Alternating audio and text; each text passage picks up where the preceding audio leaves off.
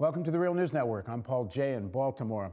President Obama is into his second term now, and his rhetoric so far has been, according to the media at least, more militant or more liberal. Now, what do we make of all of this?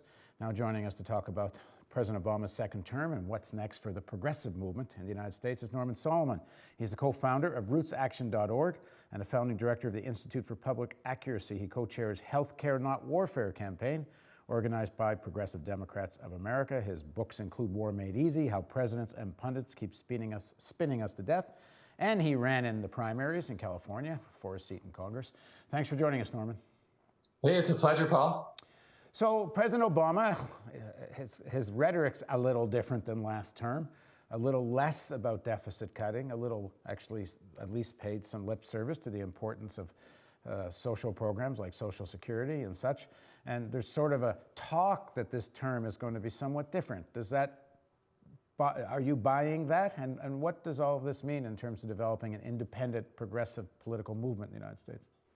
Well, talk doesn't really translate into policy. And after all, the difference between rhetoric and governance is what actually happens in terms of policy out of the executive branch in this case. I think the reality is that we've had this paradigm go on for quite a while of sort of a social liberalism and an economic conservatism.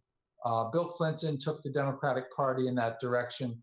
Barack Obama has taken the party even farther in that direction. And I think when you get to bedrock issues of taxation, of spending, of the restraint and cuts on fundamental social services, continuation of war, the use of drones and cruise missiles and so forth to strike around the world at will out of the Oval Office. On those issues and more, including civil liberties, we have a president whose rhetoric and reality are quite different from each other. So then what does that mean for people in the American progressive left movement? For example, you ran in the primaries as a Democrat. You're part of Progressive Democrats for America. You've been in this sort of fight as a progressive section within the Democratic Party. So what's next for you? Well, I think we are, as progressives, in a crisis where the good news is that the Republican Party was denied the White House in the election last year. The bad news is that the head of the party, the President of the United States, with vast support from members of Congress of his own party, are pursuing policies that are reprehensible, that if they were being pursued by a Republican president, many more Democrats in Congress would at least express some opposition.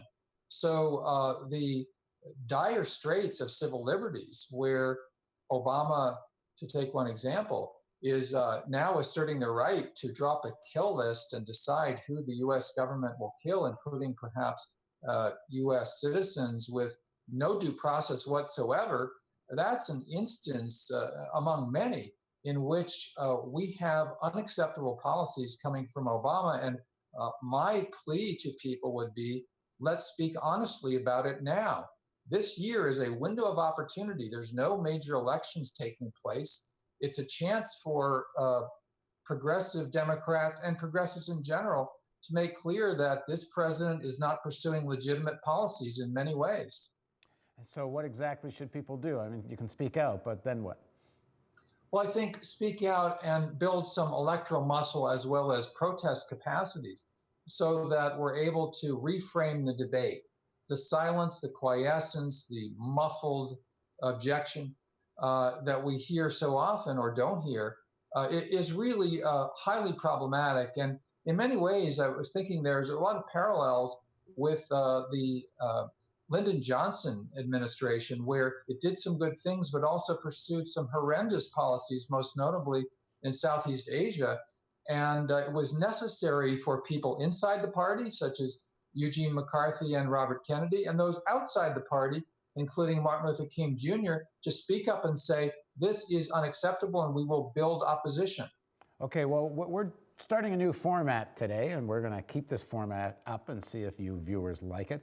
We're going to do interviews more or less in two parts. The first part's going to be under 5 minutes, so you get the basic idea of what our guest wants to say. And then we're going to move into a part two, which is going to be a little longer and digging in for those who want to go a little deeper. So thanks for joining us, and please join us for part two with Norman Solomon on the Real News Network.